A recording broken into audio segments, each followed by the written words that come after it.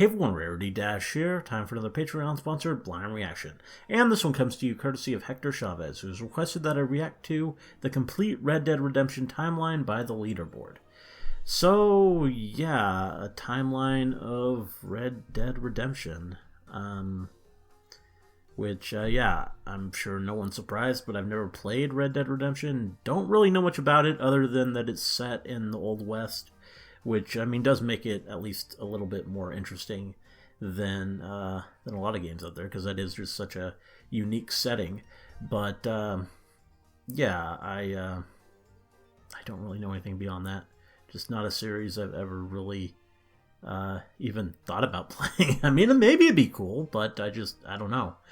Yeah, we're going to watch a timeline of it, I guess. I'm not really sure what that's going to entail, or how much I'm going to really be able to get out of this, because, as said, I don't really have any familiarity with this series. But hopefully it'll be a good video. Let's get started and find out. Here we go. Yeah. Leaderboard Frederator channel. When it comes to games about the Wild West, very few titles can compare to the legendary Red Dead Redemption series. Well, there probably aren't many titles, period. It's not very common a setting. Justice Washington? It's a pretty cool name. The Wild West. He's got a cool voice, too. It was a period of lawlessness and chaos for the American frontier. For 30 years, this untouched territory west of the Mississippi River was riddled with immoral gunslingers, cowboys, prospectors, and pioneers. Just sounds about right. It was a dangerous time. People cared less about their principles and more about their priorities. They would survive by any means necessary, even if it meant turning to a life of crime. 1872. The Pinkerton Agency versus the Wild West. The Pinkertons were the country's first national detective agency. Yeah. During the frontier expansion, the Pinkertons were highly recruited by wealthy businessmen to help tame these uncharted territories of the West. They typically worked as bounty hunters for railroads and express companies, helping to protect their assets from the thieving gangs of outlaws. 1878. The Vanderlyn Gang is formed.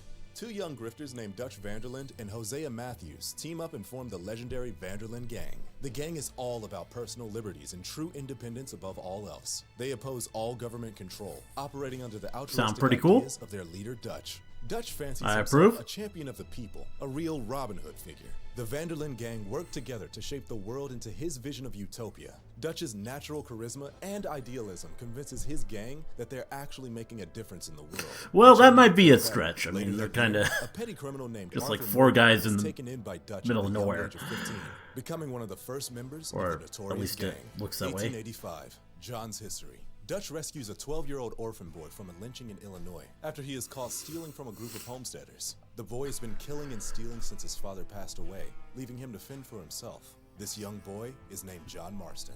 When John joins the gang, he meets Abigail Roberts, a working girl. Abigail was also orphaned as a young child and has spent most of her life barely getting by with her earnings from the local dive bars and brothels. She becomes pregnant with Jack Marston soon after John joins the gang. 1886. Arthur's Grudge. John and Arthur are Dutch's best protégés. They're like we already have a lot of characters here. Gonna be hard to keep track of this. Jack is born. John returns to the gang a year later, but his relationship with Arthur isn't the same. Arthur holds a grudge against John for abandoning his family. He feels betrayed, but never addresses it. 1899. Red Dead Redemption 2. The end of an era. Even the most notorious gangs have started to dwindle, but the feared Vanderlyn Gang is still hanging in there. They're still dreaming of that one last big score that will allow them to retire. At this point, there are 23 members in total, each ready to get rich. The Blackwater Massacre. The gang attempts a ferry heist in Blackwater that goes south and results in one of the biggest, most infamous shootouts in all the land. The Blackwater Massacre, resulting in a staggering number of police and civilian deaths. The exact numbers are unclear. Well, that's not good. That there is only one survivor aside from the gang itself, Mr. Landon Ricketts. The Vanderlyn Gang leaves their money and belongings behind and heads to the mountains to lie low until it's safe to return. But the weather is fierce, and the gang finds themselves unprepared for the dreaded snowstorm. Looking for shelter, they stumble upon a rival gang, the O'Driscolls. In addition to a warm place to post up, they learn of the O'Driscolls' plan to rob a train owned by the renowned businessman Leviticus Cornwall. The gang also rescues a newly widowed woman being held captive by the O'Driscolls, Sadie Adler. She becomes the newest member of the Vanderlyn gang. The next day, Arthur and Javier Escuela go searching for John, who's gone missing in the snowstorm. The two find John nearly dead, with a new series of nasty scars on his face. The Pinkerton Agency versus the Vanderlyn gang. Dutch changes the plan to lie low and decides to rob Cornwall's private train. Thanks for the inside info, O'Driscolls. The robbery is a success, but Cornwall hires the famed Pinkerton Detective Agency to track the gang down and bring them to justice. Valentine. After the robbery, the gang flees to the livestock town of Valentine, New Hanover. Arthur Morgan does his best to help the gang while they lie low, including rescuing gang members Micah Bell and Sean McGuire from a hanging. On top of that, Arthur pulls off another train robbery alongside John Marston. Agent Milton, head of the Pinkerton Agency, catches wind of Arthur's misdeeds and attempts to turn him against the gang. Even though Arthur refuses, Milton is on the gang's trail after a botched bank robbery shootout. With many of the lawmen in Valentine dead, the gang is forced to run again, and this time south towards Rhodes. But the Pinkertons aren't far behind. Rhodes, dominated by two prominent rival families, the Braithwaites and the Grays. Both families are rumored to have hidden gold somewhere within the city. Naturally, Dutch and Hosea devise a plan to steal the gold. They befriend each family to play them against each other. Arthur plays his part in inciting a war that will keep the families busy, while the gang runs off with the gold. Arthur and Dutch are both appointed deputies in the town, but it's all a ruse. The families are aware of the gang's plan to double-cross them, and instead ambush the gang first. After the gun smoke clears, Sean McGuire is dead, and little Jack Marston is kidnapped by the head of the Braithwaite house, Catherine Braithwaite. The gang takes down both families and learns that Jack is in the industrial city of Saint Denis, held captive by Italian crime lord Angelo Okay, we're just... Saint Denis. Once they reach Saint Denis, the gang tracks down Jack and Bronte and negotiate the boys' release. Bronte provides Dutch with a tip on a score involving a local trolley station. Dutch begins planning his next move. Arthur assists in a riverboat casino heist, where he meets a Native American tribe leader named Rains Fall. Rains Fall's Just tribe throwing is all also sorts of being stuff pursued now. by the government, and Arthur develops a strong friendship with him. Dutch attempts to follow through on the tip he received from Bronte, but it's bunk. There's no money to be had in the trolley station. A livid Dutch takes out Bronte and attempts to rob the local city bank, with Hosea and Lenny Summers getting killed in the process. John is taken into custody by the police, while the rest of the gang goes back into hiding. Dutch, Micah, and Arthur make off with the gold and hop on a boat to Cuba. Guarma. A massive storm sinks the boat, and Dutch, Micah, and Arthur are washed up on the small island of Guarma. Guarma is run by a ferocious dictator named Fusar. Fusar owns all the sugar fields on the island, and he makes his wealth off enslaving the locals. So, because of Fusar's brutal, harmless nature, Guarma is in the midst of a revolution. The gang befriends the locals and decides to help them break Fusar's hold on the people. With the help of a rebel named Hercule, the gang leads the locals in a raid on Fusar's compound. The people successfully end Fusar's tyranny, and the gang makes their escape back to Ansburg. Dutch, Micah, and Arthur return to find the rest of the Vanderlyn gang camped out somewhere outside of Saint Denis, but the Pinkertons are hot on their trail. The Pinkertons devise an epic attack on the gang, forcing them to flee once more to Roanoke Ridge. It becomes apparent that Arthur's health is deteriorating. On his way to meet Sadie Adler in Saint Denis, Arthur has a coughing attack and collapses in the streets. Well, that's not a good. A stranger takes him to a doctor, where he learns he's contracted tuberculosis, and his days are that's numbered. really not good. Dutch knows that the Pinkertons' witch hunt is funded by Cornwall, and decides to confront him as his ship arrives in Ansburg. Dutch tries to make a deal with Cornwall, and when the deal falls through, Dutch shoots Cornwall in the chest. With setback after setback, the gang is on decline, and now members are beginning to jump ship. Even Arthur, given his new condition, is less enthused. He teams up with Sadie to break John out of prison and reunite him with his family. Then, he sets his sights on helping Rains Fall and the Wapiti people settle their conflict with the US government. Once again, Dutch decides to act upon yet another ruthless impulse. He convinces Rains Fall's son, Eagle Flies, to attack the US compound. Dutch plans to use the attack as a distraction to probably escape not a good the eyes idea. of the US Army. But like the Vanderlyn scheme, there's a price to pay. Eagle Flies is killed in the altercation. Charles Smith leaves the gang and stays to help the Wapiti people through their time of loss and hardship. Dutch drums up one last job for the remaining members. The gang will rob a train filled with enough army payment for the gang to finally retire. But of course, the job is only semi-successful. Dutch and Micah run off with the loot, but John is shot during the robbery and presumed dead. Meanwhile, the Pinkertons raid the gang's campsite, capture Abigail, and force the final members to flee. Javier, Dutch, Micah, and Bill Williamson decide to leave her behind, while Sadie and Arthur go rescue her. Van Horn. Sadie and Arthur lead a successful attack on the Pinkertons, and Agent Milton is killed in the process. They also learn from Agent Milton that Micah has been an informant for the Pinkertons ever since they returned from Guarma. Sadie then rides off with Abigail to safety, while Arthur goes after Dutch and Micah. The end of the Vanderlyn gang. Arthur confronts Micah, but he denies the accusations, leaving Dutch confused. John also arrives, revealing he was shot and left for dead, having been disowned by his own mentor. The remaining gang members all draw their weapons in a standoff, until the Pinkertons arrive once more, shooting up the campsite. John and Arthur flee into the woods, where Arthur tells John to leave his life of crime and start over with Abigail and Jack. Arthur provides a distraction for John to escape and faces off against Micah. Arthur dies there, as the rest of the gang parts ways. And so ends the story of Arthur Morgan. But before this timeline tumbleweed keeps rolling, here's a quick reminder to sign up for the Leaderboard's ongoing console giveaway. Just head to leaderboard.nyc/giveaway and log in with a social account to enter. 1907. John Marston's new beginning. By this point, John, Abigail, and Jack are living life on the run. They're trying to leave their gunslinging past behind them.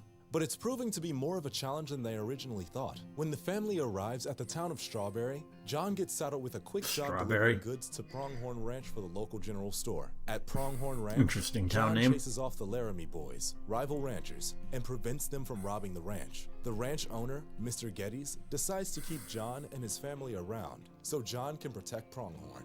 John quickly learns the way of the rancher, but a trip to the local post office reveals his true identity to the public. Some men confront him, seeking revenge, and John is forced to kill again. The incident makes Abigail worry that John may fall back into old habits. Their worries only grow as John assists Mr. Geddes in retaliating against the Laramie boys. John kills their leader and puts an end to the rivalry between the two ranches. Abigail becomes so concerned that she runs off with Jack the next morning. To convince Abigail to come back, John gets a loan to buy a piece of property named Beecher's Hope and starts a ranch of his own. John reunites with Uncle, Sadie, and Charles, who all help him build up the property. John also begins bounty hunting with Sadie to repay the loan. A new man, John writes to Abigail, asking her to return.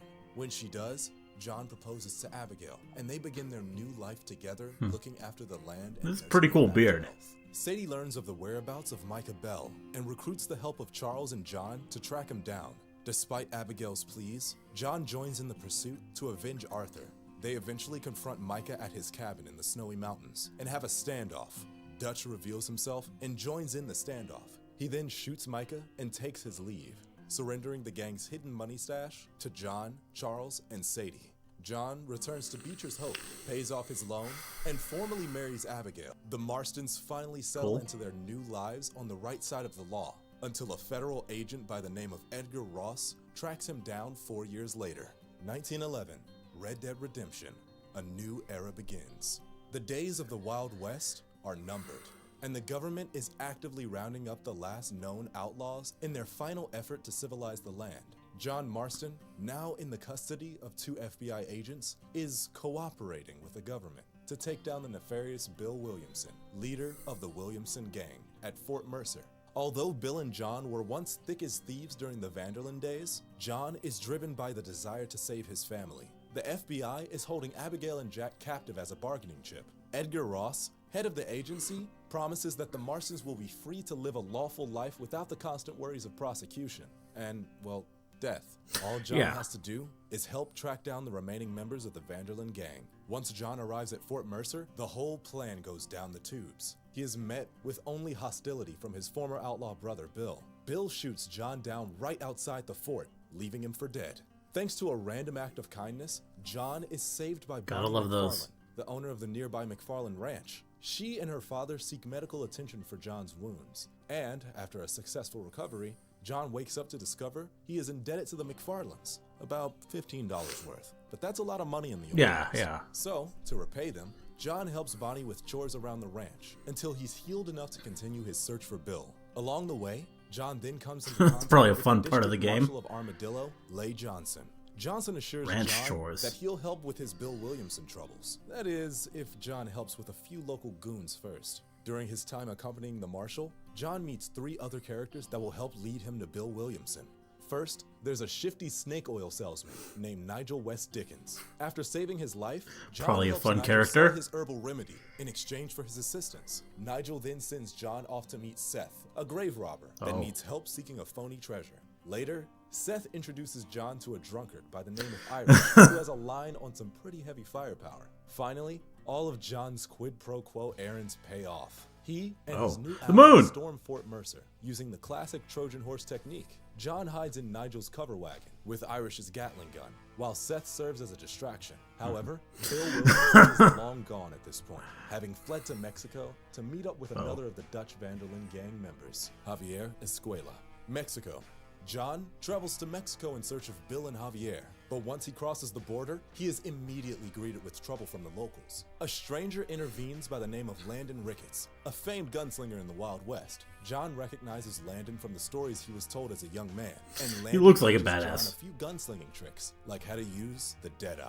When John crosses the border, he discovers Mexico is in the middle of a revolution, but John's not interested in Mexican politics. He helps whichever side will get him closer to Bill and Javier. Vincent de Santa, captain of Mexico's army, discovers that John has been helping the rebels and betrays him. But before John bites the bullet, he's saved by the leader of the revolution, Abraham Reyes. Looks like John's finally picked a side of the revolution. First, John and Abraham catch up with Javier. Javier claims that Bill is hiding with the head of the country's armed forces, Colonel Allende. With Javier dealt with, John and Abraham storm Allende's villa and find him and Bill trying to flee, but bring a swift end to them both. Abraham assumes power, and John bids him farewell, returning to West Elizabeth. The hunt for Dutch. Back in the States, John receives a tip on the whereabouts of Dutch. After enlisting the help of a Native American named Nastas and an ex-Yale professor named Harold McDougall, John discovers that Dutch has a new band of followers. He's convinced the local tribe to join him in his fight for a utopia free from government oppression, and has been hiding at Cochene, a mountainous village occupied by the local tribe. The FBI, US Army, and John all take on Dutch and his new gang, and their combined efforts prove to be too much for Dutch to handle. He commits suicide, and with Dutch out the picture, John is free to go home. John's return to Beecher's Hope. John returns to his ranch to find Uncle, Jack, and Abigail all waiting for him. He continues to enjoy his new life once more, teaching young Jack how to be a rancher and actively steering him away from a life of crime. Life is peaceful, until a band of government agents, accompanied by the US Army, arrive to terminate the real remaining members of Dutch's gang. John sends Abigail and Jack away before stepping outside to take his final stand and accept his fate. John's story ends there, in a hail of bullets. Well, that sucks. 1914, Jack's revenge. Now that Abigail has passed, Jack decides to become an outlaw, hell-bent on revenge. He tracks down the recently retired Edgar Ross and challenges him to a duel. In a shallow victory, Jack guns down the man that double-crossed his father and continues the Marston legacy. If your trigger finger is still itching, shoot over to our 107 Facts video about Red Dead Redemption 2. Don't forget to subscribe to our channel for more awesome videos like this one and much more, all right here on the Leaderboard. Well, that was... yeah. I mean, it's basically the same as like having the synopsis of a film read to you instead of watching the movie. That's basically what we just did here. I mean, there was like a visual component to it, just game clips, but I mean, it just doesn't really mean a whole lot to me. I mean, I'm not really experiencing it. The events, it's just a list of events being just yeah, there's no weight to it for me. I haven't seen it. I don't know what it is. It doesn't mean anything. It's just yeah, a list of events being just told to me. And I mean, he did a good job narrating it, I can say that. I mean, the narrator was cool, he had a cool voice, and yeah, the story sounds like it's probably interesting, just I can't confirm that just from this. Yeah, I don't know. And the game, I mean, it looks kind of cool. I would say. Yeah. Again, I don't really. I just there's no connection to it. It's just sort of. Yeah, just sort of a summary. Really, that's really what it was. Um, I don't know. Not really sure this was, I'm not really sure what I was supposed to get out of this, but, don't think I got much. I don't think I had much of a reaction, because, yeah, it was just weird. I don't know. But for what it's worth, hope you enjoyed the reaction. Let me know if you did, and see you in the next one.